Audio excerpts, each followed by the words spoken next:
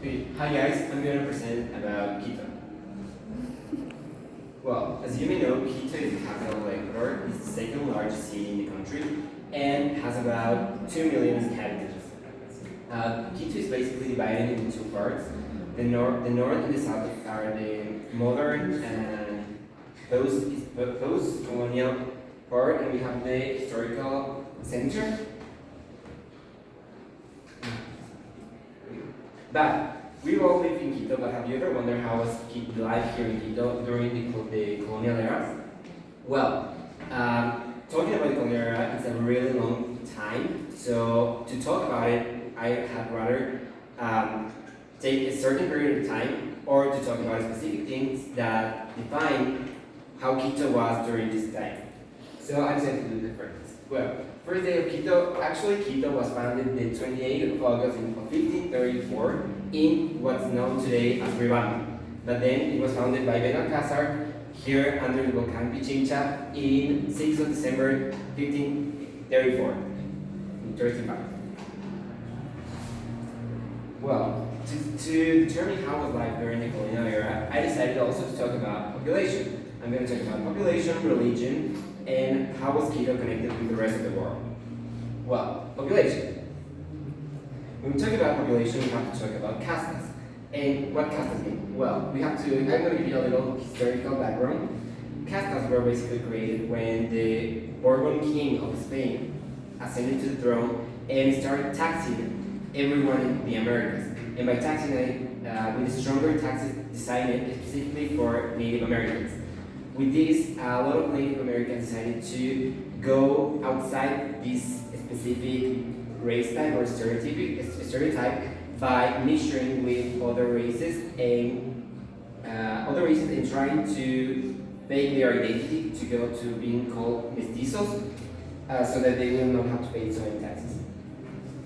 When we talk also about population of Quito, we imagine this more kind of morbid idea of sex between the colonials that raped and took advantages of their situation here in the Americas. We have the ideal image of the white family here in Quito that were the richest and which have more possibilities of study and creating a life here. But there was also different type of mixtures, and it was really defined in some paintings where we start to classify how races were. There are about 17 types of races that were created during the colonial era, where they were really classified and they had a really structured race system already. So we have the Spanish, the white, and the Latin American that created the mestizo, which is the more common here in Latin America. But this was kind of seen as a good mixture because you can see in the picture, for example, you can see the Native American dressed with really wealthy clothes and jewelry that we cannot see, for example, in this picture, but we see the picture in the Spanish and the black, which wasn't as good as seen from the Spanish. You can see also here in the picture how they were expressed with kids, the dresses from the women. Well, as I told you, there were 17 types of castas, criollos, mestizos, castizos. You can read it, but I'm not going to say it all. It's going to take a lot of time. Well, as I tell you, the most important part were population, religion, and Quito in the world. Now I'm going to start with religion. When we talk about religion, it's really important to say that being here in Quito, it was really far from the Reinato del Peru, where the most laws come from. But the problem was that being so far away, we have this gap of power and control that was basically filled with religion. They were the moral compass of how what good behavior was and how people were supposed to act. We have also the idea of salvation and hell, where people will behave a certain way to go rather to hell, to heavens and reach salvation. We also have to talk about evangelization and the missionaries here in Latin America. Quito was so important because it was located in a strategic point where they can move rather to the north or rather to the south, or the most important, they could go to the Quito was the door to the east of the Americas, where the Amazon forest, the forest and the Amazon River. But they were go a lot of expeditions, missionaries going to try to spread Christianism between the Native American of that region. Today we can see this expression of religion and art in the architecture of Quito. We have so many churches, and each of them have different, come from different religious orders. We have 5 main religious orders here in Quito. We have the Mercedarios, los Dominicos, los Franciscanos, los Agustinos, and los Jesuitas. Which the most important and the most known are the Franciscanos with the well-known church San Francisco and with the cluster. We can see that they had a specific way of construction that was the neoclassical. You can see by the straight lines, the towers, and the white column. While we have also, in contrast, the Jesuitas, that were a religious order that were really known for their architectural skills, and they built the Compañía de Jesús, which is a clear symbol of Barroco here in Latin America in general.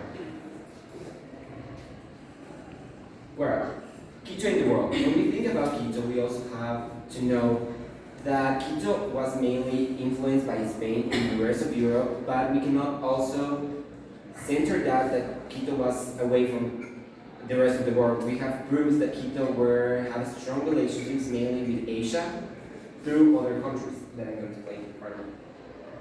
Well, first, when the Spanish arrived to Quito, they saw the Americas and the region as a white canvas where they can create what they didn't have in Europe. And Europe was so populated at that time with so many problems, so when they arrived, they decided to do the opposite. So when they start building and constructing inside the cities, they created this kind of pattern in order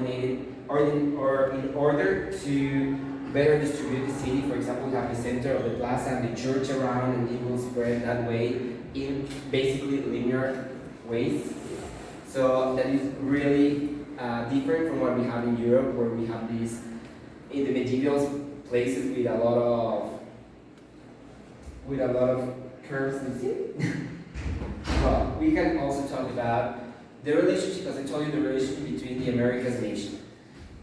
The relationship was based mainly from Mexico to the Philippines with the galleones de Manila that were shipments that go once a month to Manila, and they go back and forward, bringing merchandise, spices, paintings, art that was really important, not just to Mexico, but from Mexico they would spread around all the Americas, mainly South America and Latin America. And therefore they will arrive to Quito. How can we see this strong relationship? I decided to see from the point of view of art.